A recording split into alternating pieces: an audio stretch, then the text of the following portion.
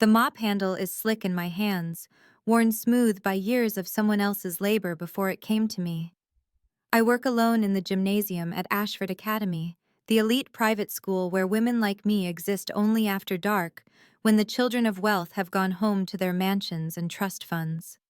The squeak of wet rubber against polished wood echoes in the cavernous space, a rhythm I find soothing after 6 hours of emptying trash bins and scrubbing toilets used by people who will never see my face. It is nearly 10 at night, and I am tired in my bones. That deep exhaustion that comes from working 2 jobs and attending community college classes whenever I can scrape together tuition. I am reaching for the equipment room to collect the last of the scattered basketballs when I hear it. Crying. Not the dramatic wailing of a scraped knee, but something quieter, more broken. The sound a child makes when he has learned that crying brings no help. I abandon the mop and move toward the equipment room, my worn sneakers silent on the floor. The door is slightly ajar, and through the gap, I see them. 3 boys, maybe 9 or 10 years old, wearing the expensive casual clothes that cost more than my monthly rent. They have cornered a smaller boy against the back wall between shelves of sporting equipment and gym mats. The victim is slender, dark-haired, his white shirt untucked and torn at the shoulder. One of the bullies holds a navy backpack just out of reach, while another shoves the smaller boy's shoulder. The third, a stocky blonde with a cruel mouth, leans close, and I hear his words with perfect clarity. "Your mother is dead because even she didn't want to stay with a freak like you. Nobody wants you, not even your criminal father." The dark-haired boy flinches like he has been struck, and I see blood on his split lip, tears tracking silently down his face. Something ignites in my chest, something that overrides caution and common sense, and the knowledge that interfering in the problems of rich children is not part of my job description. I push the door open fully. The boys turn, startled. I step inside and position myself between them and their victim, my body a physical barrier. My voice comes out calm, low, steady. "That is enough. Leave. Now." The blond boy, clearly the ringleader, recovers quickly. His eyes narrow with the particular arrogance of a child who has never faced consequences. "Do you know who my father is?" "He is Richard Pembroke. My dad owns half this city. You are just the cleaning lady. I could have you fired for touching me." I have not touched him, and we both know it, but I also know he is probably right about the firing. I hold his gaze anyway, keeping my voice level. "I am giving you a choice. You can leave on your own, or I can walk you to the security office and we can review the camera footage together.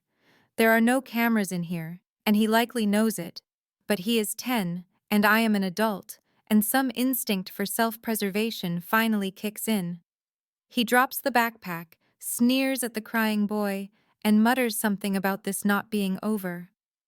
The 3 bullies file past me, and I wait until their footsteps fade before turning to the child still pressed against the wall. His eyes are enormous, dark blue and wet with tears, filled with fear and shame and something else I recognize because I have seen it in my own mirror. Loneliness. I crouch down to his level, making myself smaller, less threatening.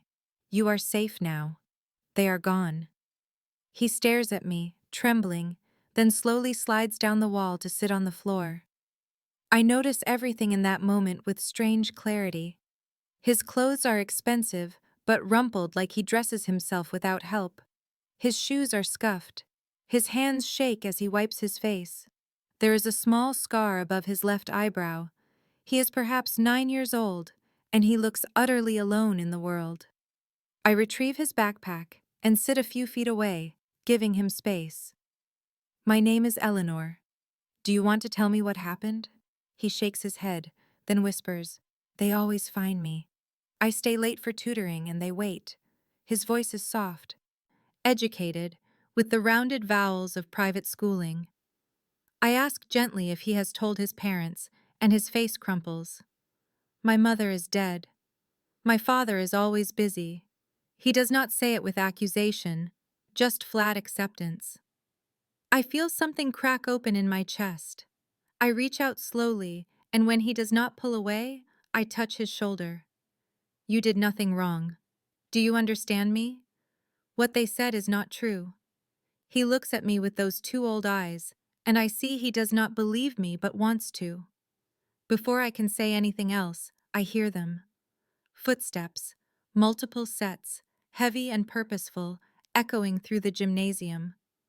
The boy's head snaps up, fear replaced by something else. Recognition. The equipment room door swings open and 3 men in dark suits fill the doorway. They are not teachers or security guards. They move like soldiers, like predators. Their eyes scanning the room with professional assessment. One speaks into a concealed radio, located, Northwest Equipment Room. Then he steps aside and another man enters. I know immediately that this one is different. He is tall, well over 6 feet, with broad shoulders filling a charcoal suit that probably costs more than my car. Dark hair, slate gray eyes, a face that could have been carved from stone. Beautiful in a harsh, unforgiving way. Dangerous. Every instinct I possess screams danger. His gaze sweeps the room in half a second, cataloging everything, landing on the boy, then moving to me. His expression is unreadable, controlled, but I see the tension in his jaw, the way his hands flex at his sides. The boy scrambles to his feet and runs to him.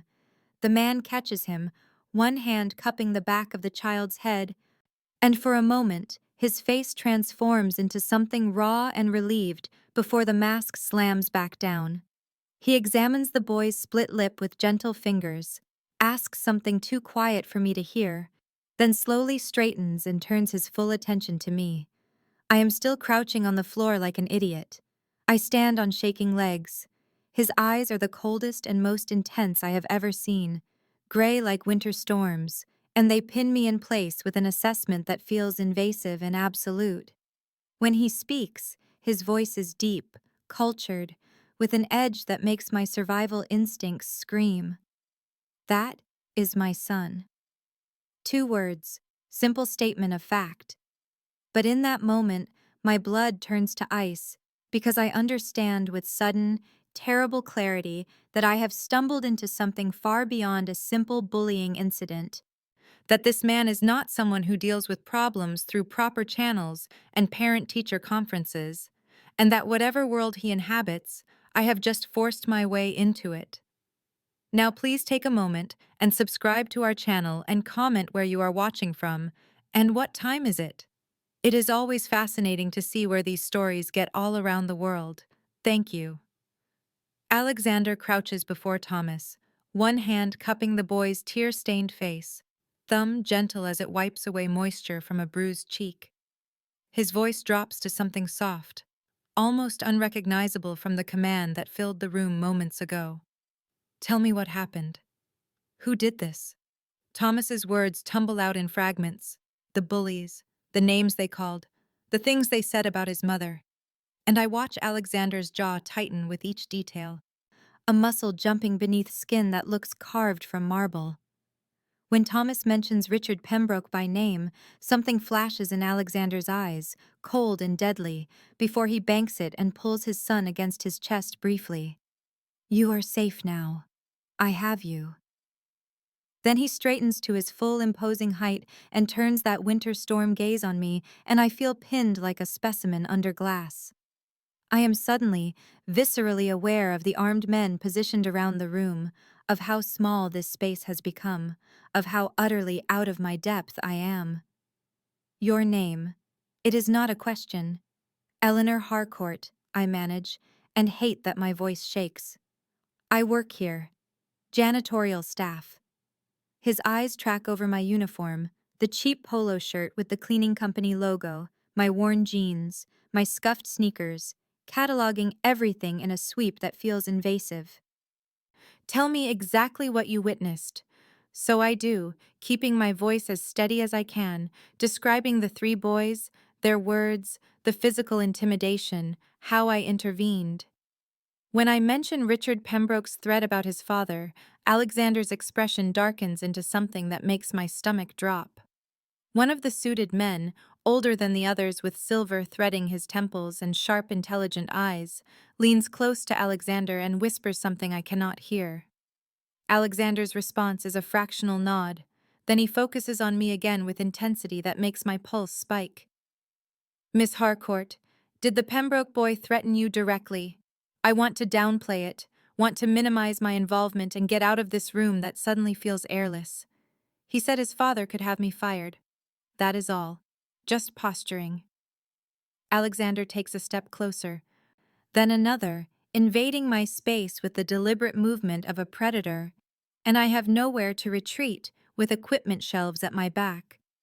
He is close enough now that I can smell his cologne, expensive and subtle, cedar and something darker. Close enough to see the flecks of blue in his gray eyes, the faint scar along his jawline. The Pembroke family is dangerous, Miss Harcourt. James Pembroke is not a man who tolerates interference in his son's activities, no matter how justified. By protecting Thomas, you have made yourself visible to people who should never have noticed you existed. My throat is dry. I was just doing the right thing. His head tilts slightly, studying my face like I am a puzzle he cannot quite solve. The right thing. How remarkably naive. He does not say it cruelly, more with a kind of wondering disbelief. Then he turns to the silver-haired man. George, I want a security detail on Miss Harcourt's residence. 24-hour rotation. Discreet, but present.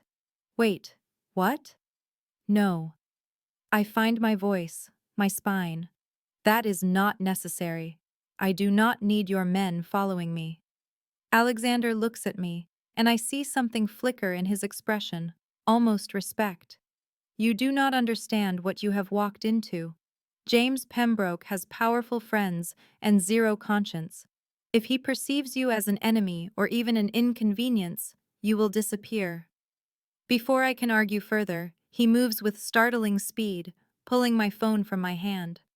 His fingers move across the screen with practiced ease, and then he is pressing it back into my palm, his hand warm and solid over mine for a moment too long. That is my personal number. If anything unusual happens, anything at all, you call me immediately. This is not a request, Miss Harcourt. I stare at the phone, at his contact information now saved under simply Alexander, then back at his face. I should be terrified, and I am, but beneath the fear is something else, something that flutters traitorously in my chest when his eyes hold mine. Something that notices the way he touched his son with such careful tenderness, the way his voice gentled for Thomas, but remains hard as granite for the rest of the world. He steps back, breaking whatever strange spell has fallen between us, and gestures to George. See that Miss Harcourt gets home safely. Then to me, one last searing look. Thank you for protecting my son. I will not forget it. He takes Thomas's hand and walks toward the door, the armed men falling into formation around them with military precision. At the threshold he pauses, glances back at me over his shoulder, and the look in his eyes is complex, layered with things I cannot name. Then they are gone, and the gymnasium feels cavernous and cold, far too empty, and I am left standing alone, surrounded by basketball hoops and gym mats, trying to understand what just happened, and why my hands are shaking, and why the absence of Alexander Tremayne feels like the temperature dropped 10 degrees. I lie awake in my narrow bed in the apartment I have rented for 3 years. The sirens outside my window a familiar lullaby that tonight cannot soothe me. Sleep will not come. Every time I close my eyes, I see Alexander Tremayne standing in that gymnasium doorway, all controlled power and dangerous elegance. His gray eyes pinning me in place like I am something he is deciding whether to protect or eliminate. I see the way he touched Thomas, that devastating gentleness, the raw relief that cracked through his mask for half a second before he locked it down. I see the way he looked at me in those final moments before leaving, something in his expression I cannot name but feel in my bones. At 2 in the morning, I give up on sleep and reach for my laptop, telling myself I am being practical, that knowing who Alexander Tremayne is will help me understand the danger I have stumbled into. The search results are frustratingly vague. Tremayne Holdings, a private equity firm with interests in real estate, shipping, security consulting. Society page photographs showing a man in impeccable tuxedos at charity galas and museum openings, always alone or with other severe men in expensive suits, never smiling.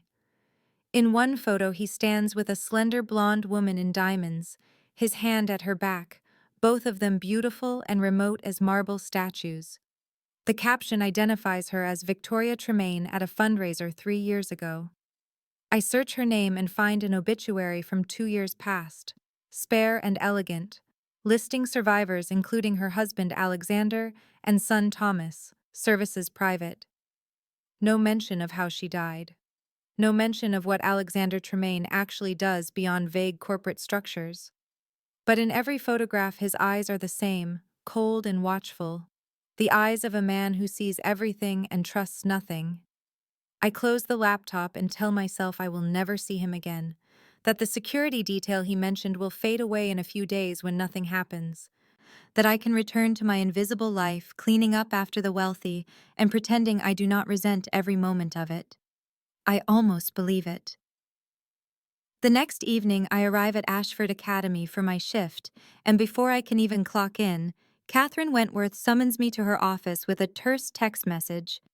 Catherine is a thin, anxious woman in her 50s who has always treated me with distant politeness, acknowledging my existence only when absolutely necessary. Now she sits behind her desk looking profoundly uncomfortable, her hands twisting together, and she is not alone. The man in the leather chair facing her desk turns when I enter, and I recognize the type immediately, even though I have never seen him before.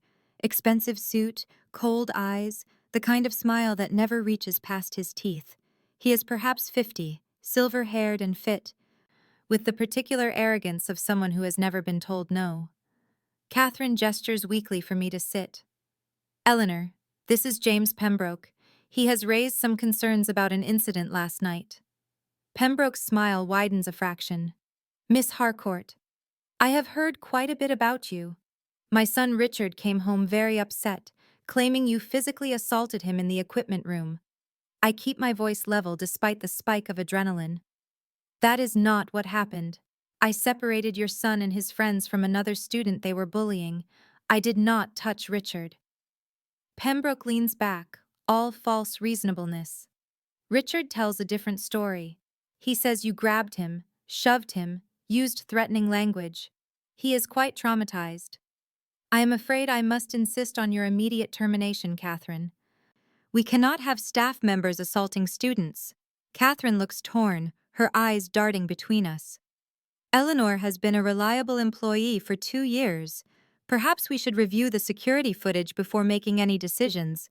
There are no cameras in the equipment room, Pembroke says smoothly, and we both know it. This comes down to the word of a frightened 10-year-old boy against a janitor with everything to gain from lying. He turns to me and his smile turns sharp. Unless you would like to reconsider your version of events, Miss Harcourt, perhaps you misunderstood what you saw. Children roughhouse. Boys will be boys. I meet his eyes and see the threat there, the certainty that I will fold because people like me always fold when faced with people like him. I will not be changing my story, because it is the truth. Your son and his friends were tormenting another child. I intervened.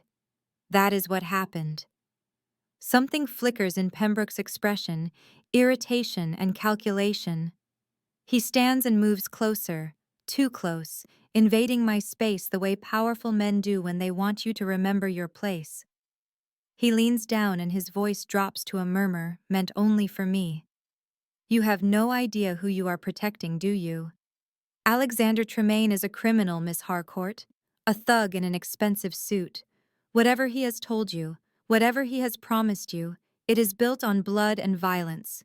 Reconsider your loyalties before you find yourself caught in a war you do not understand.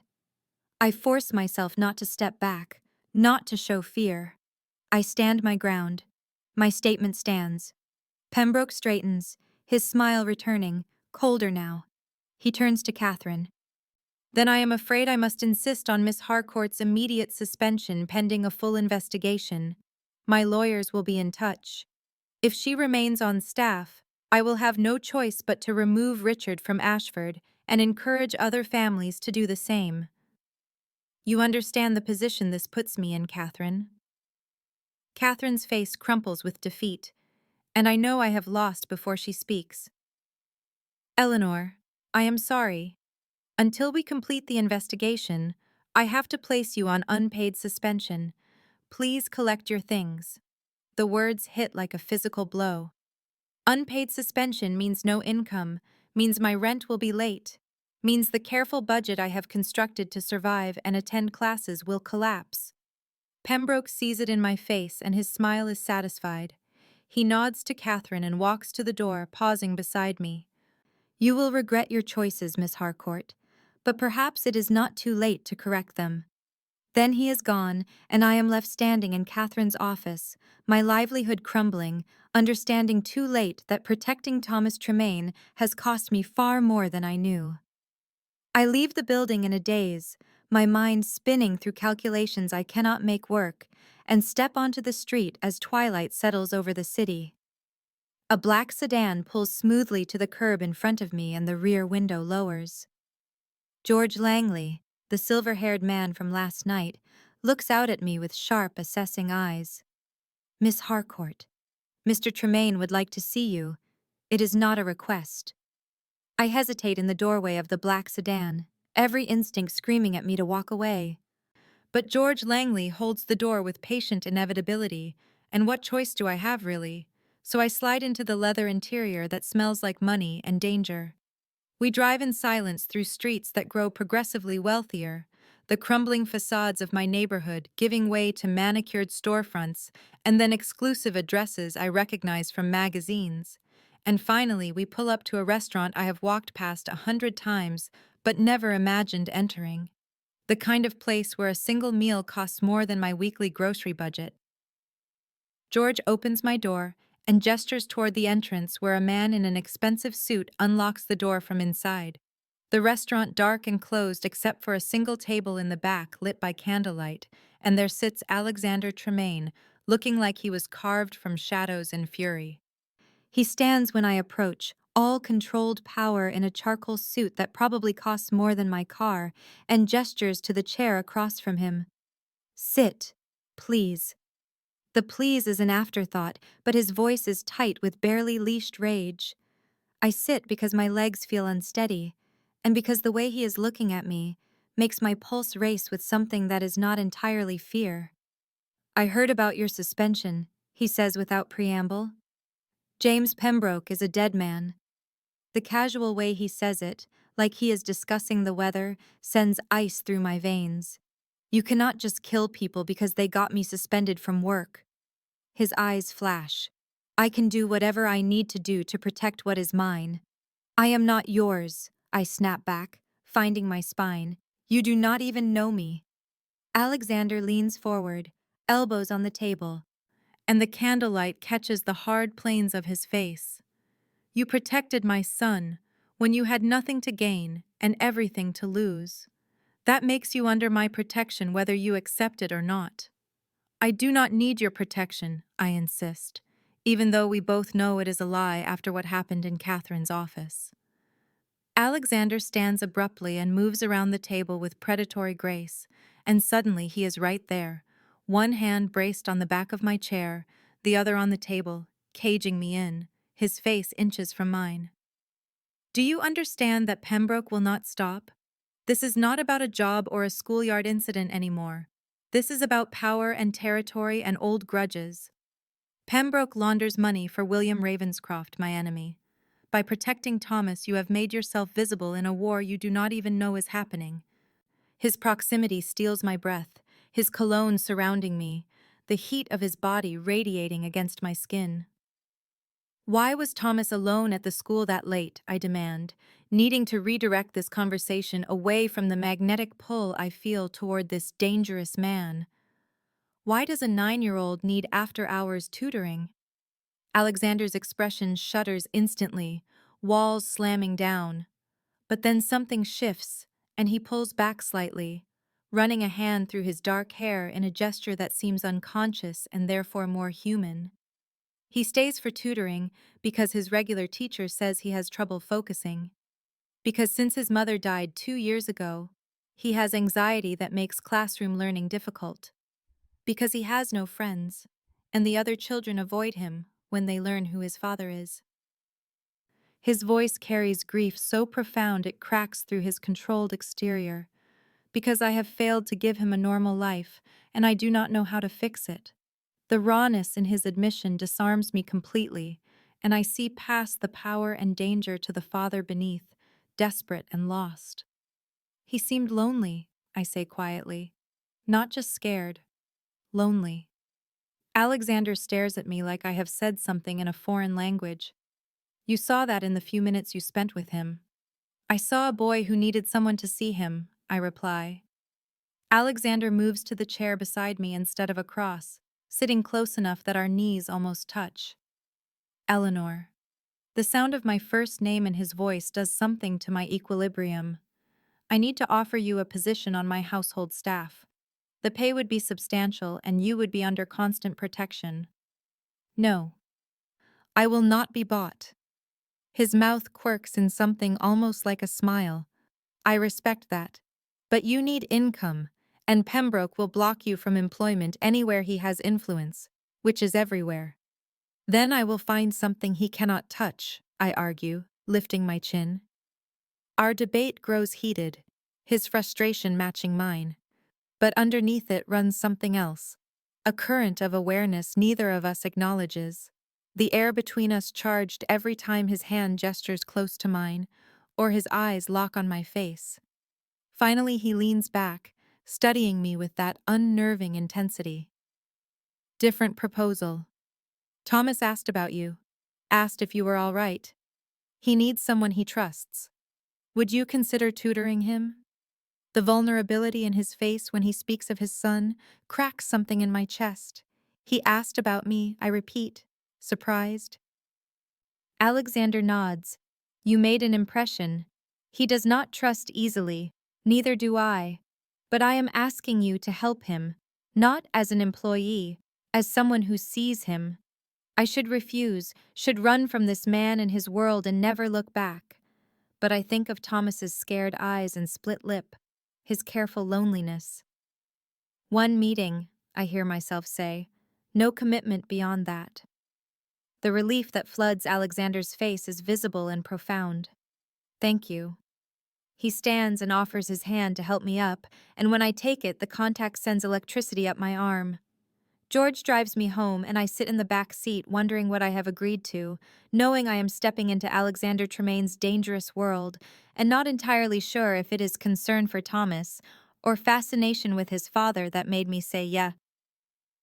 As we pull up to my building, I notice another car behind us, headlights dimmed but definitely following. Alexander's security or someone else. The distinction suddenly matters very much. The morning George arrives to collect me, I stand in front of my apartment building feeling the weight of what I have agreed to. The day bright and cold. My breath fogging in the October air as the black sedan pulls smoothly to the curb. George emerges with his usual efficiency, all silver hair and sharp eyes, and opens the door with a nod that might be respect or simple protocol. I cannot tell which. The drive takes us through neighborhoods that grow progressively wealthier, the buildings taller and more imposing, until we turn onto a tree-lined street in the most exclusive district and stop before iron gates that open silently at our approach. The Tremayne estate rises beyond the gates like something from another century, all stone and dark windows, beautiful in the way a fortress is beautiful, designed to keep the world out and its inhabitants safe within walls that promise both protection and imprisonment. Security cameras track our progress up the long drive, guards positioned at intervals with the casual alertness of men accustomed to threat. And I realize with a cold clarity that this is Alexander's world, built on vigilance and control, a place where a 9-year-old boy lives surrounded by armed men because his father's enemies would use him without hesitation. George leads me through a side entrance into a marble-floored hallway that smells of lemon polish and old money, and he pauses to brief me in his clipped, efficient manner about basic protocols, where I can go and where is restricted, the panic button on the phone system, the guards who will be present but invisible. I listen and nod and feel the surreal quality of the moment wash over me.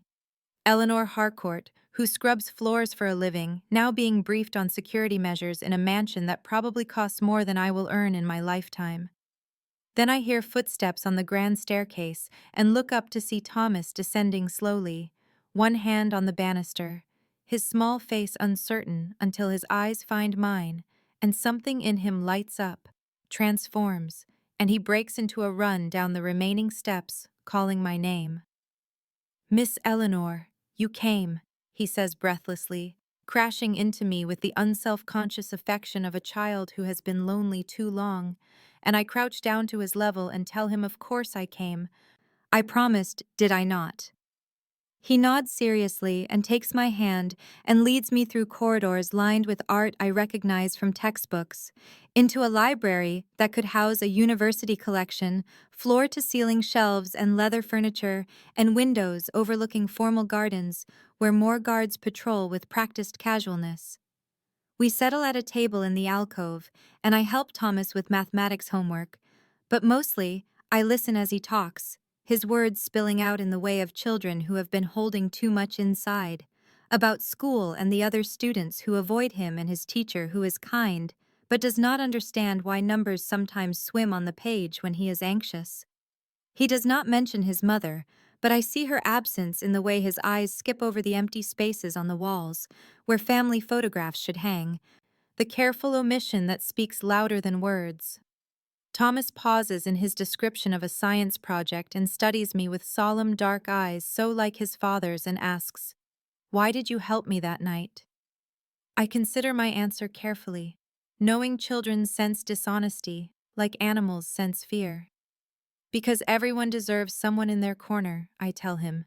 "Because you needed help and I was there. It is as simple and as complicated as that." Thomas absorbs this, his brow furrowed in concentration beyond his years, and then asks the question that splits my heart open. "Will you come back?"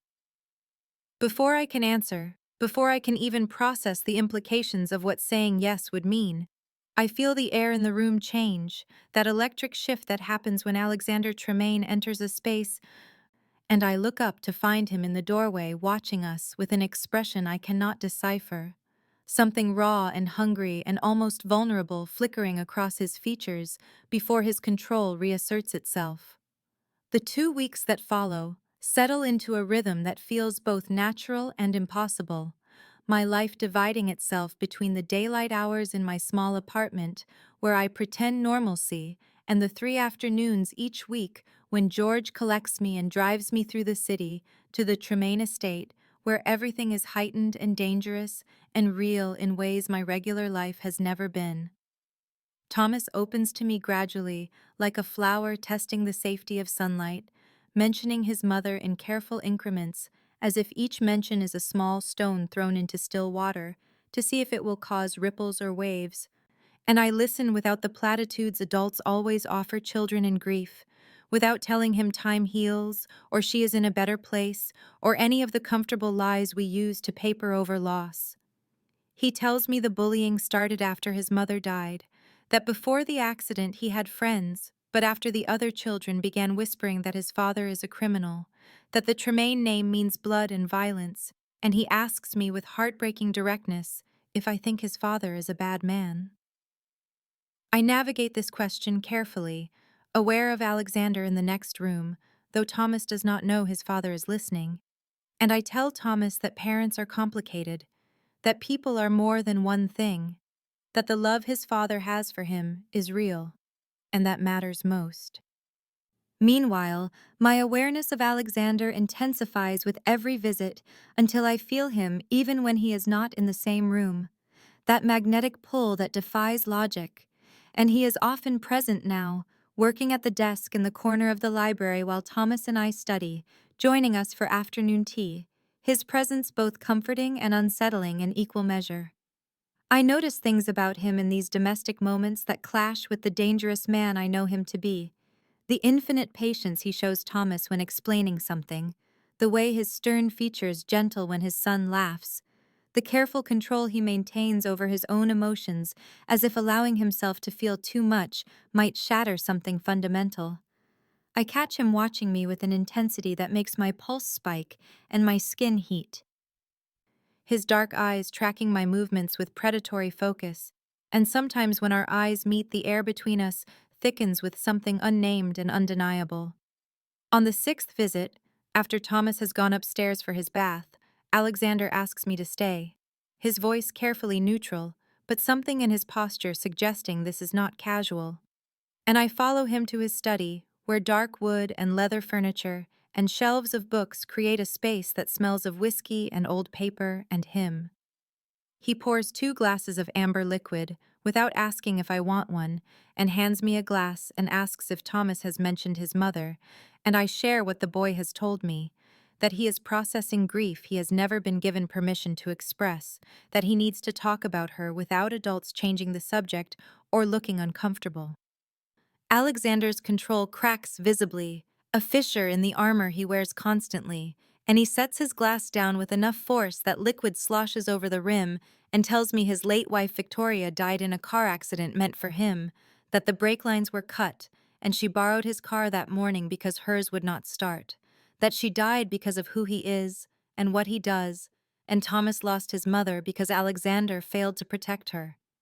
The guilt in his voice is enormous and crushing, a weight he has been carrying alone for 2 years, and he explains he tried therapy for Thomas, but the boy shut down with strangers, went silent and blank-faced. But with me, Thomas is different, open and healing. Alexander moves closer, invading my space in that way he has, and asks what I see when I look at his son, and I answer honestly that I see a brave boy who needs permission to be sad, who needs to know that missing his mother does not mean betraying his father or showing weakness.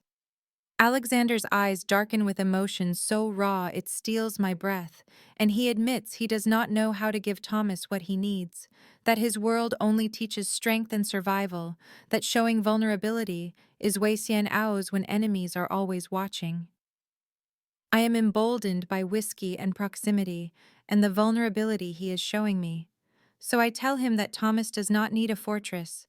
He needs a father who shows him it is okay to hurt, that strength is not the absence of pain, but the courage to feel it anyway.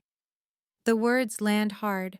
I see them hit him like physical blows, and Alexander stares at me with something shifting behind his eyes, walls crumbling, and the air between us thickens and charges until I can barely breathe.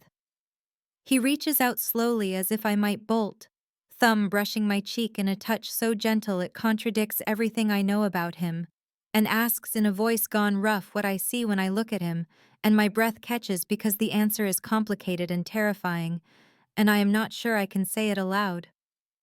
Before I can form words, before I can even process what is happening between us, George bursts through the door without knocking, his face grim, and announces there has been an incident, that Pembroke made a move against one of Alexander's operations on the docks, that men are dead. Alexander transforms instantly, the vulnerable man vanishing as if he never existed, replaced by someone cold and lethal and utterly controlled. And he gives George rapid-fire instructions about response and retaliation, orders to double my security detail, and then he is gone without another word or backward glance. George drives me home in heavy silence, 2 additional cars following, the guards grim-faced and armed, and I sit in the back seat with my cheek still burning where Alexander touched me, the near intimacy shattered by violence, reminded with brutal clarity exactly who Alexander Tremayne is and what his world demands.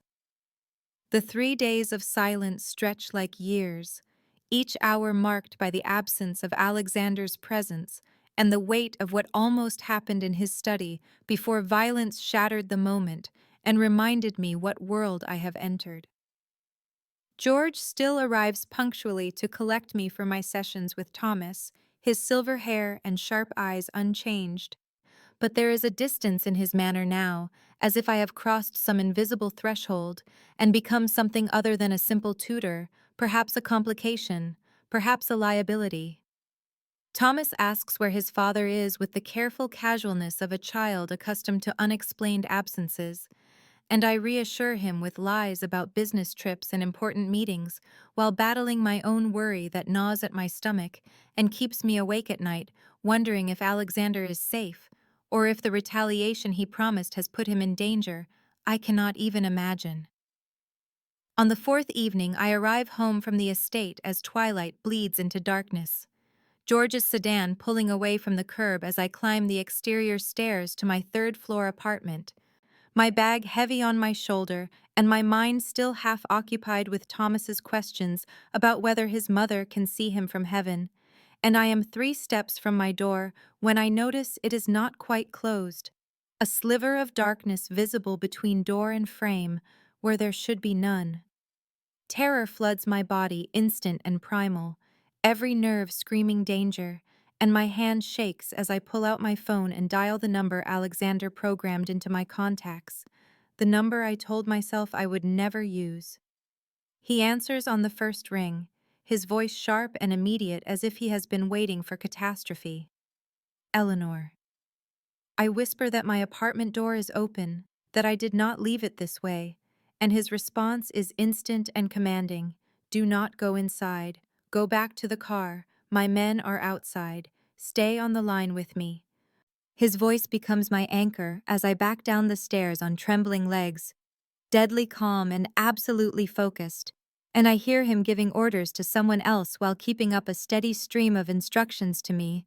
And when I reach the street, a different black sedan is already there. 2 men emerging who move past me with weapons I try not to look at too closely. Alexander stays on the phone with me while his security sweeps my apartment, his breathing audible in my ear like an intimacy. And when the men emerge and confirm the space is clear but has been searched, subtly but unmistakably, nothing stolen but everything touched, I hear Alexander curse with creative violence. The message is clear even to me. You can be reached. Pembroke or Ravenscroft or whoever sent them wants me to know that my locks and doors mean nothing, that I am vulnerable, that interfering in their world has consequences. Alexander arrives within 20 minutes, though his estate is 40 minutes away, which means he broke every traffic law, and when he strides through my door, fury radiates off him like heat, his dark suit jacket gone, and his shirt sleeves rolled up, and something dangerous and barely leashed in every movement. He examines my apartment with the thoroughness of someone trained to spot threats, checking windows and closets and under furniture while I sit on my threadbare couch, trembling with delayed shock.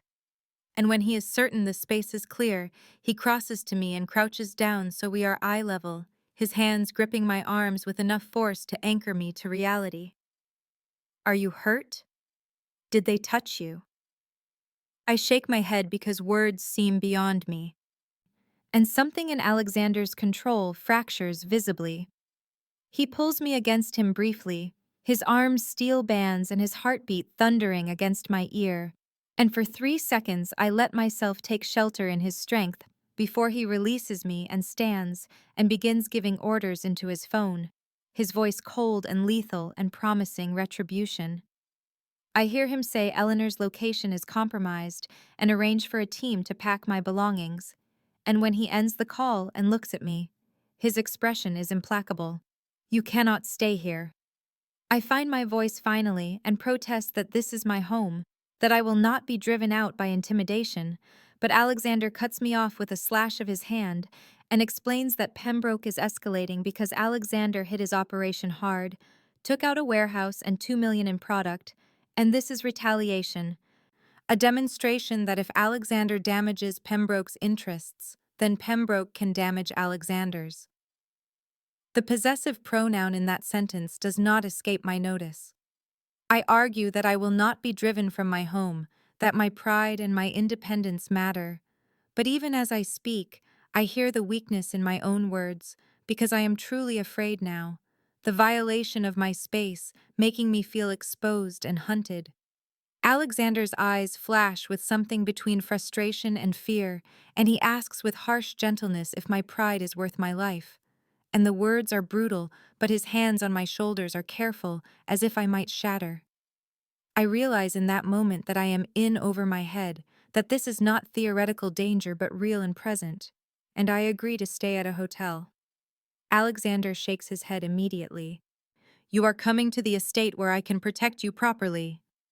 I start to refuse, the words automatic, but then I see beneath his command to the fear driving it, the way his jaw is tight and his hands slightly unsteady, and I understand that he cares, possibly more than he should, definitely more than is wise.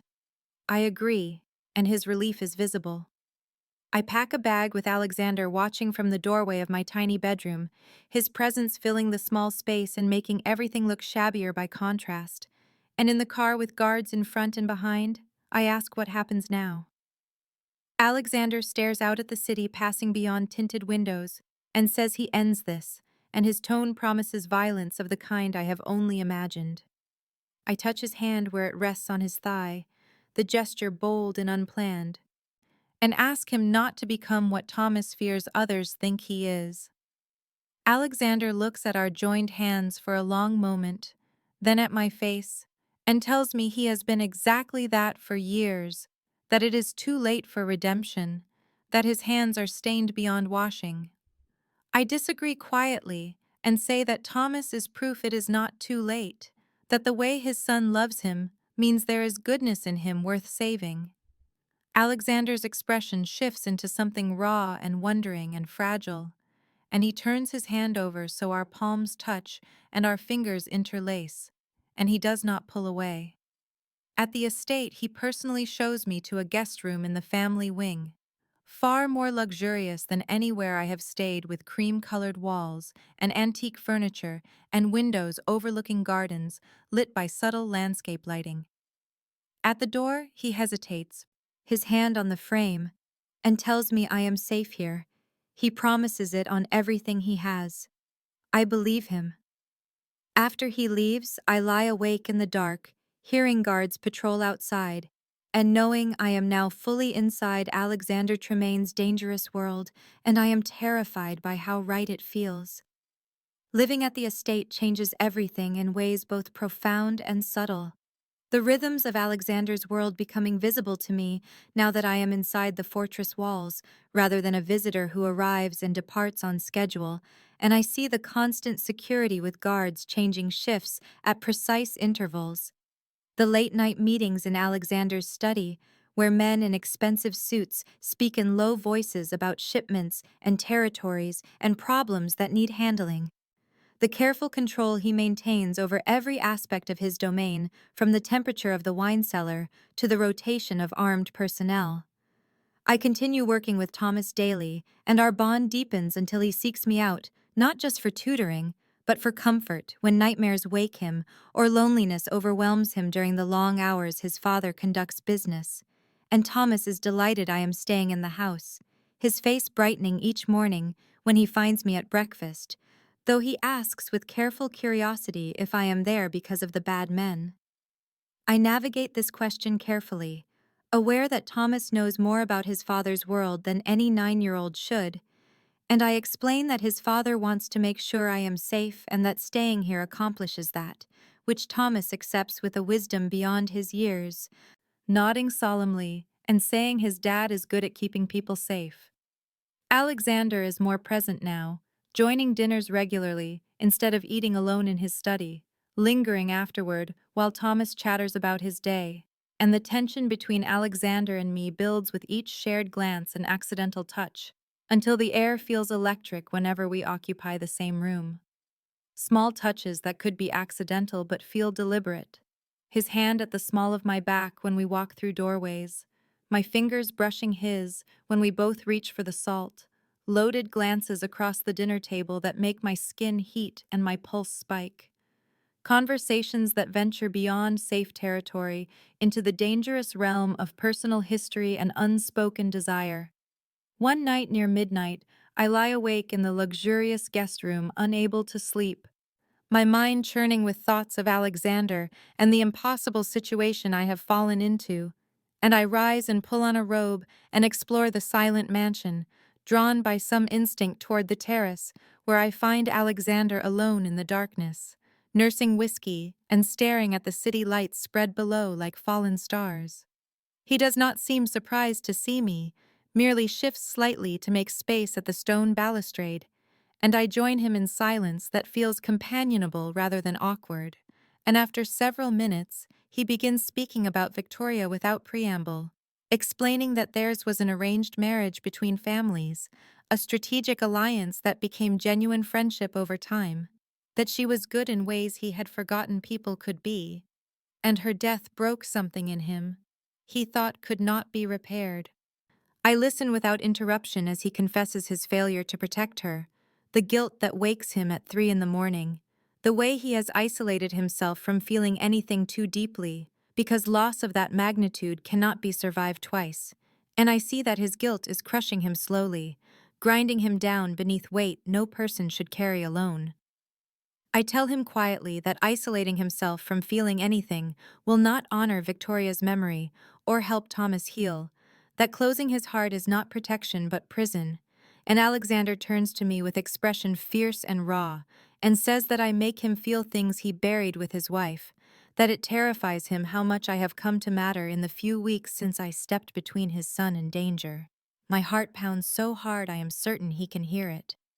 And I admit with shaking voice that he terrifies me too, but not because of his reputation or his power or the violence I know he is capable of, rather because of how much I want to stay, despite knowing better. The moment stretches between us, taut and trembling, and Alexander reaches out slowly, fingers tracing my jaw with touch so gentle it contradicts everything the world believes about him, and he asks in voice gone rough what he should do with this thing between us, that grows stronger every day.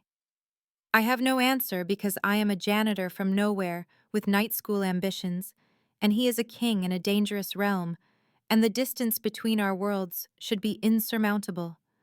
But before I can articulate any of this, he steps closer until his breath mingles with mine, and the space between us disappears into heat and want.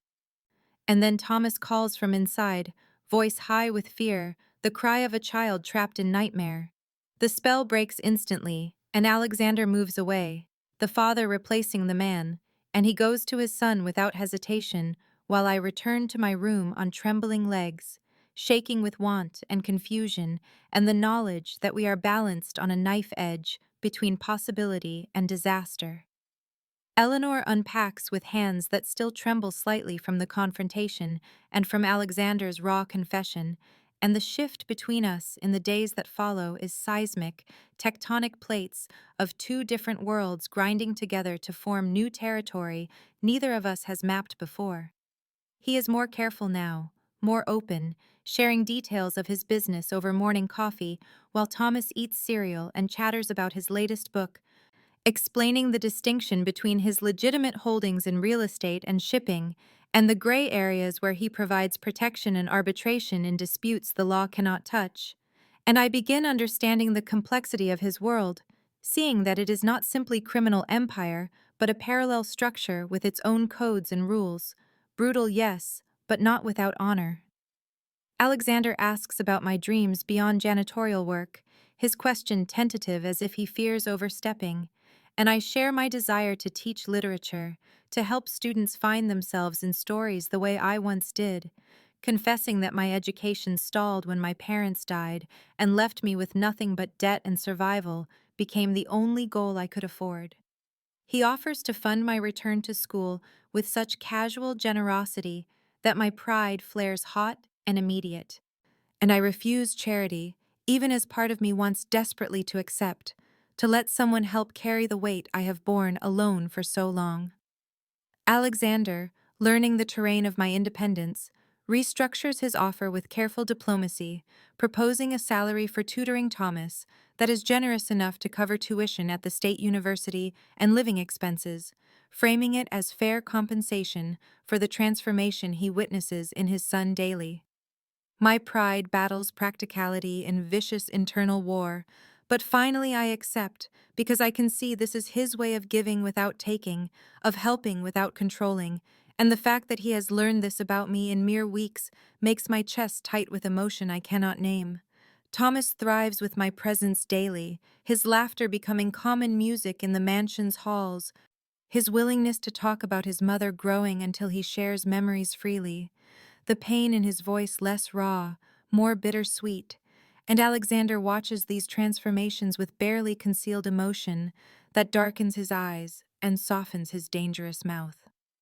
One afternoon, while we work on fractions at the library table, Thomas asks with studied casualness if I like his dad, and I fumble my answer, flustered and transparent, asking why he wonders such a thing.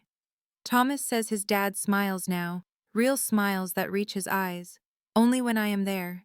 And from the doorway where he has been standing unnoticed, Alexander meets my gaze across the room, heat and vulnerability mixed in his expression, and the air thickens with everything we have not said. That evening, Alexander asks me to accompany him to a charity gala, explaining he needs to make an appearance for business reasons and wants me there.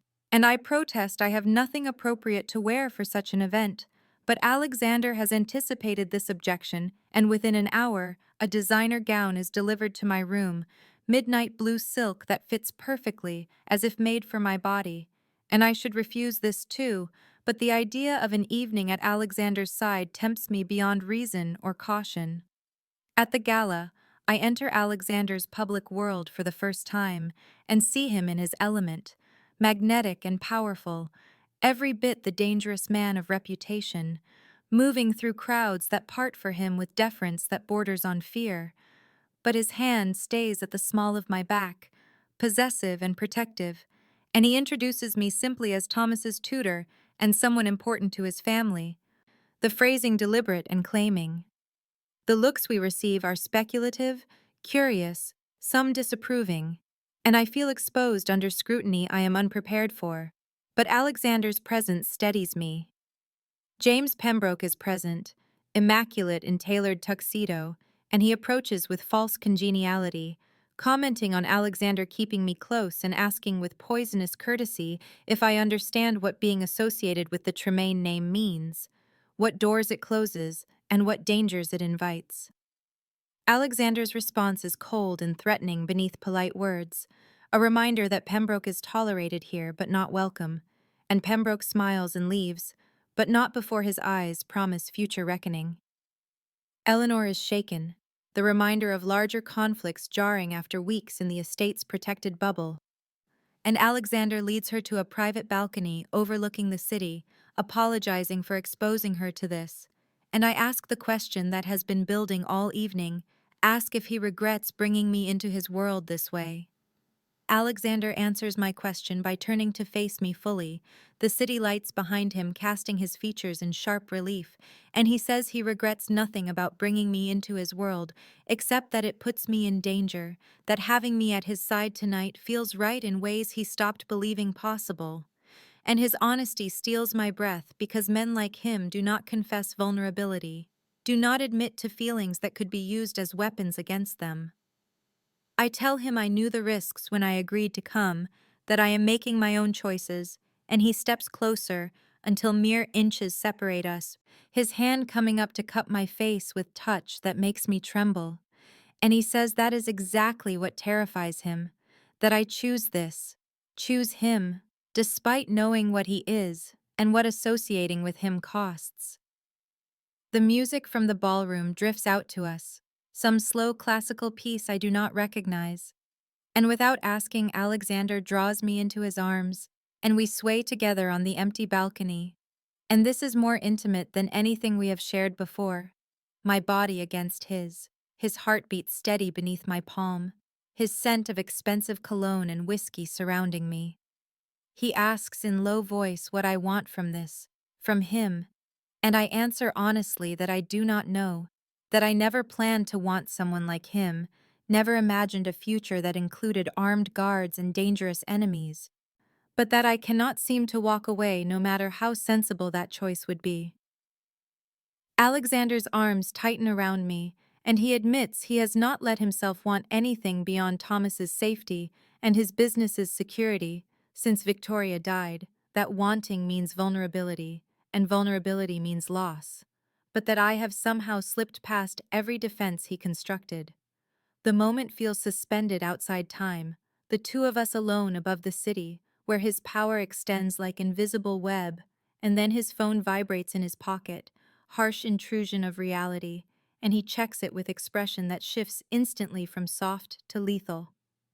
George has sent a message. Ravenscroft made contact, wants meeting tonight. Alexander's jaw tightens, and he tells me we need to leave now. That William Ravenscroft reaching out means something significant is happening, likely connected to the escalating conflict with Pembroke, and I see him transform before my eyes into the dangerous man the city fears, all softness vanishing beneath cold strategy. In the car heading back to the estate, Alexander makes several calls in clipped tones, arranging security and preparing for the meeting, and I sit beside him feeling the distance open between us, even as his hand finds mine in the darkness, his fingers lacing through mine with grip that feels like anchor. At the estate, he walks me inside and instructs George to keep extra men on the house, then turns to me and says he has to go, that this meeting cannot be delayed or delegated. And I nod, understanding even as fear curls in my stomach, because I know meetings between men like Alexander and William Ravenscroft can end in violence.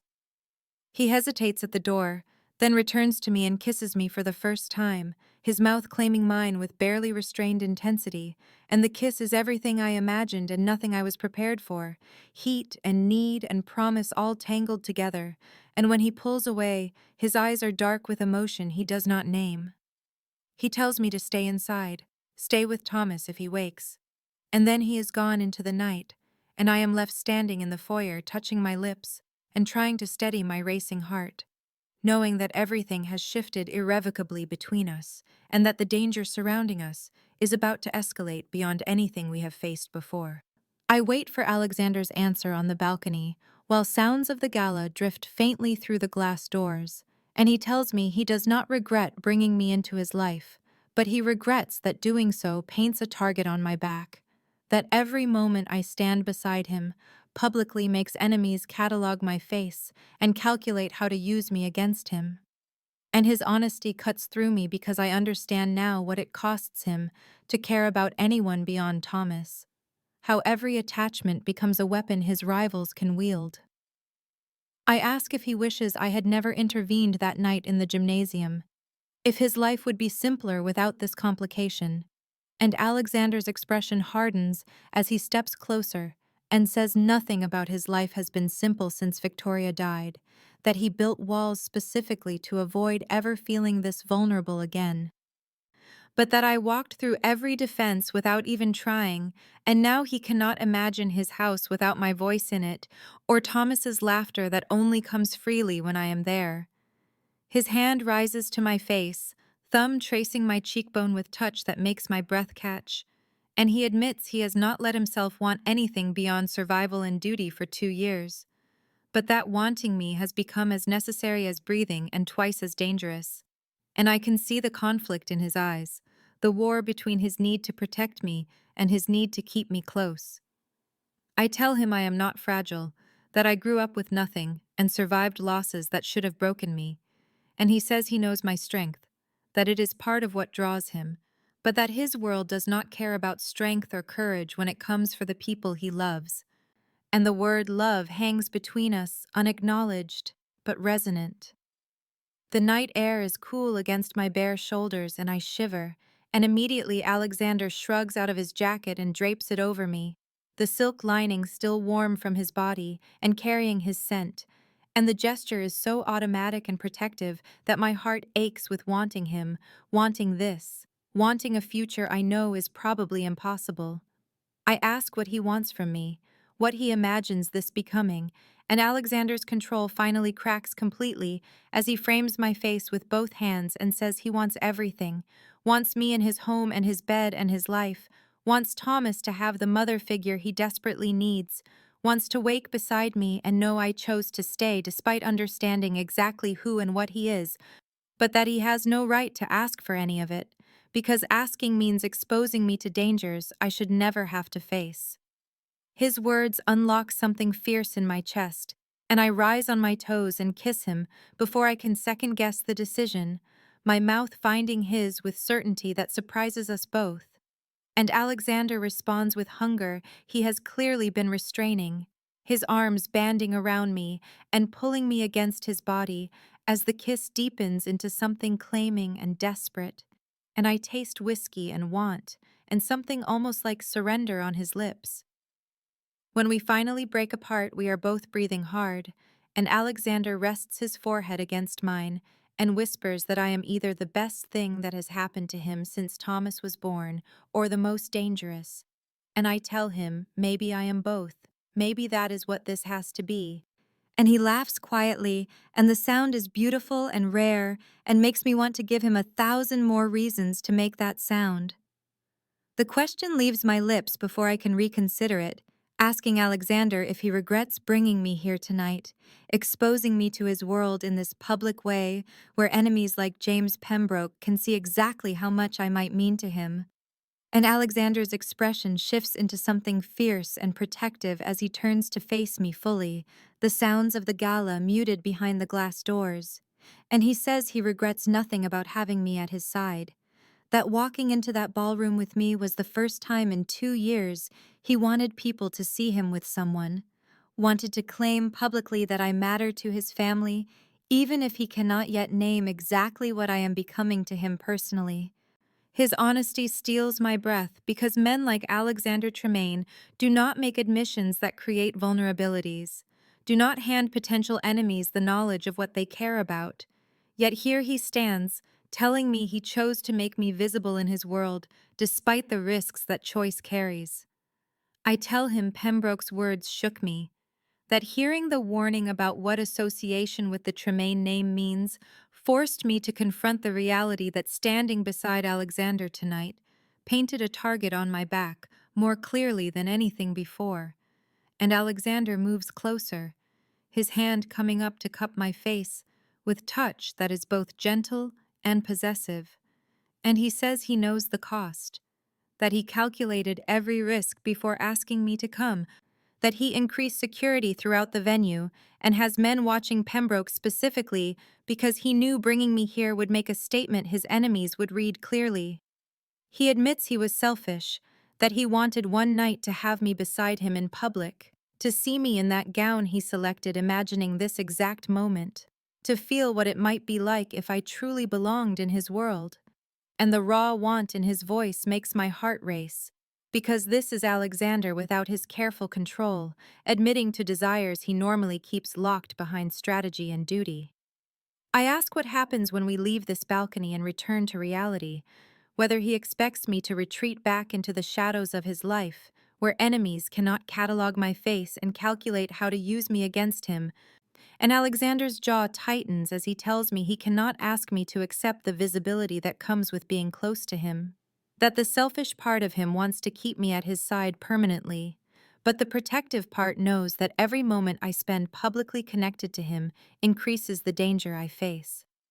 His thumb brushes across my cheekbone, and he says he is caught between wanting to hide me away, where no one can touch me, and wanting to show the entire city that I have chosen him despite knowing exactly who and what he is. And I realize he is asking without asking what I want, what I am willing to risk, how far into his dangerous world I am prepared to step. The music from the ballroom shifts to something slower and more intimate, and I can hear the murmur of voices and laughter from people who exist in Alexander's world without understanding its true nature, the violence and strategy that underlies every polite conversation and business dealing. And I understand that choosing Alexander means choosing all of it, the danger and the power and the constant surveillance and the knowledge that people like Pembroke will always see me as a weapon to be used against him. I meet his eyes and tell him I am not asking to hide, that I came here tonight knowing exactly what statement my presence would make, and Alexander's expression shifts into something almost vulnerable as he asks if I understand what I am saying, what I am choosing, and I rise on my toes and kiss him before I can overthink the decision, my mouth finding his with certainty that surprises us both, answering his question with action instead of words, because some choices cannot be adequately expressed through language alone. The kiss breaks something open between us, a barrier neither of us can rebuild, and when we finally pull apart, Alexander's forehead rests against mine while we both struggle to breathe normally, and I can feel his heart hammering against my palm where my hand has come to rest on his chest. And he whispers my name like a prayer or a curse, maybe both, and asks if I understand there is no going back from this moment. That once we cross this line, his enemies will know beyond doubt that I matter to him and will use that knowledge without mercy. I tell him I crossed that line the moment I agreed to stay at his estate, that pretending otherwise has been foolish, and Alexander's laugh is low and rough as he admits he has been lying to himself about his ability to keep distance between us since the night I stood between his son and those bullies, that watching me with Thomas and seeing the boy come alive again made it impossible not to imagine what life could look like with me permanently in it, and the admission costs him something. I can see it in the tension of his jaw and the way his hands tighten on my waist as though I might disappear if he loosens his grip. The sounds of the gala filter through the glass doors behind us, music and laughter and the clink of crystal, all of it belonging to a world that seems suddenly distant and irrelevant compared to this moment on the balcony with Alexander looking at me like I am something precious and terrifying in equal measure. And I ask what happens when we go back inside, whether he expects us to pretend this did not happen, and Alexander's expression hardens with determination as he says he is done pretending, that he brought me here tonight specifically because he wanted his world to see me at his side and understand that I am under his protection.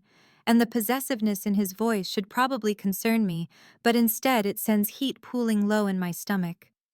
He traces my lower lip with his thumb and tells me Pembroke's appearance was not coincidental, that the man came specifically to assess how much I mean to Alexander and to make veiled threats designed to scare me away, and Alexander wants Pembroke and everyone else in that ballroom to return to their lives, knowing that Eleanor Harcourt is not going anywhere. That threatening me means declaring war on Alexander Tremayne personally, and I realize this entire evening has been strategy as much as desire, a calculated move in the dangerous chess game Alexander plays daily. I should feel manipulated, but instead I feel claimed in a way that is both thrilling and terrifying. And when I ask if he considered what I might want before making me a piece on his board, Alexander flinches, as though I have struck him, and steps back, the distance between us suddenly cold, and he says he thought I understood what tonight meant, what bringing me here signaled, but that if he misread my willingness, then he apologizes and will take me home immediately. The hurt in his voice unmasks his carefully constructed control, and I realize he is as uncertain in this as I am. That for all his power and command, he is navigating unfamiliar territory, and I close the distance between us and take his face in my hands and tell him he did not misread anything, that I am choosing this, choosing him, choosing to stand beside him publicly despite understanding the target it paints on me. And Alexander's eyes close briefly, as though my words are a benediction he did not expect to receive. When Alexander opens his eyes and sees the certainty in my expression, his entire body seems to release tension I did not realize he was holding, and he pulls me close again, with both arms wrapped around me, as though I am something precious he cannot risk losing. And we stand there on the balcony, with the gala continuing behind us and the city sprawling below us, and I feel the shift between us solidify into something that cannot be undone or walked back, something that will define everything that comes after this moment. Alexander finally releases me, but keeps one hand at my waist as he says we should return inside before our absence becomes too notable, that disappearing together will fuel exactly the kind of speculation he wants to avoid until I am ready for that level of scrutiny, and I appreciate that he is thinking of my comfort, even as every possessive line of his body language screams that he wants the entire ballroom to know I have chosen him. We slip back inside, and the gala surrounds us again with its carefully orchestrated elegance and underlying currents of power, and I notice how many eyes track our return, how many conversations pause as we pass, and I understand that Alexander Tremayne attending a charity event with a woman at his side is news in his world, especially given that he has been conspicuously alone since Victoria's death 2 years ago. Alexander keeps me close as he navigates the required social interactions, introducing me to business associates and rivals alike with careful courtesy that reveals nothing of what just happened between us on that balcony. But his hand never leaves the small of my back, and I feel claimed in a way that is both thrilling and overwhelming. George appears at Alexander's elbow during a conversation with a city councilman and whispers something that makes Alexander's expression harden, and he excuses us smoothly and guides me toward the exit, his body shifting into the alert, dangerous mode I have come to recognize as his response to threat. In the car, he makes several calls in clipped tones, issuing orders I only half understand. And when he finally puts the phone away, he tells me that Pembroke left the gala shortly after our balcony conversation, and his people tracked him to a meeting with known associates of William Ravenscroft, which means tonight's encounter was reconnaissance, Pembroke assessing how deeply I am embedded in Alexander's life and reporting back to his crime family allies. The information should terrify me, but instead I feel strangely calm, as though kissing Alexander and choosing him publicly has settled something inside me, given me clarity about exactly what I am walking into and why I am willing to walk into it anyway.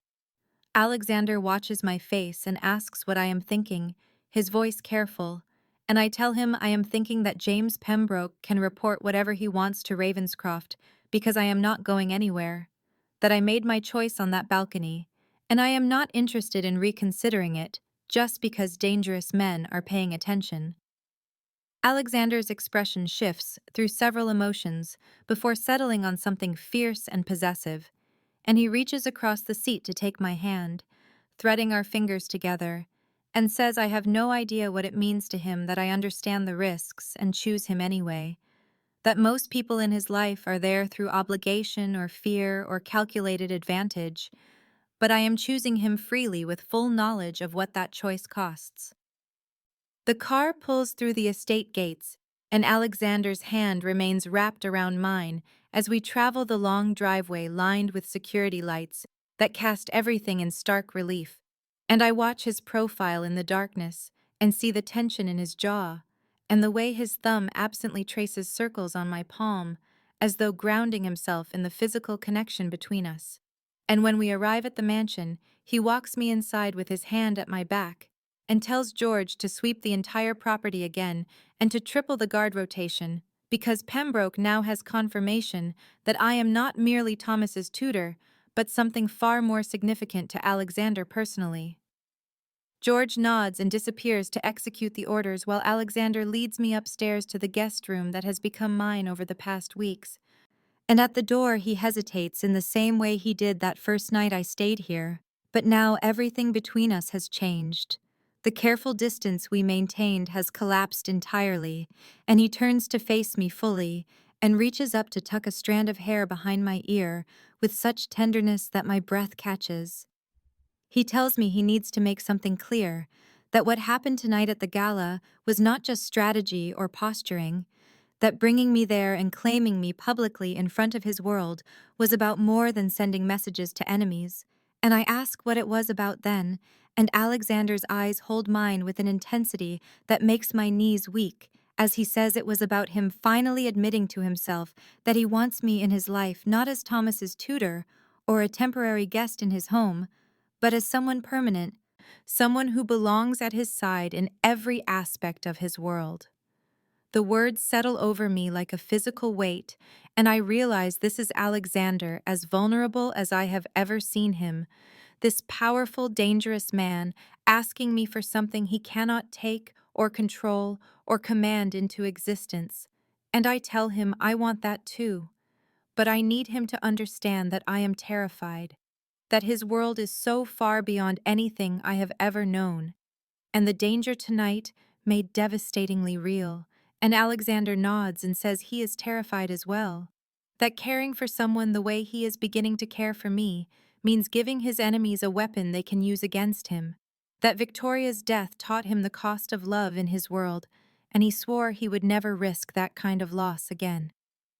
I step closer and put my hand on his chest, where I can feel his heart beating hard and fast beneath the expensive fabric of his shirt, and tell him that fear is not a good enough reason to walk away from something that could be extraordinary, that we could spend our lives protecting ourselves from loss and pain, and in the process miss out on everything that makes life worth living. And Alexander's hand covers mine, pressing it more firmly against his heart, and he asks when I became so wise. I tell him Thomas taught me that watching a 9-year-old boy choose to be brave enough to grieve and heal, despite his fear, inspired me to find my own courage. And something in Alexander's expression cracks open, and he pulls me against him and holds me with both arms wrapped tight around my body, and his face buried in my hair, and I feel him trembling slightly with the force of emotions he has kept locked down for so long.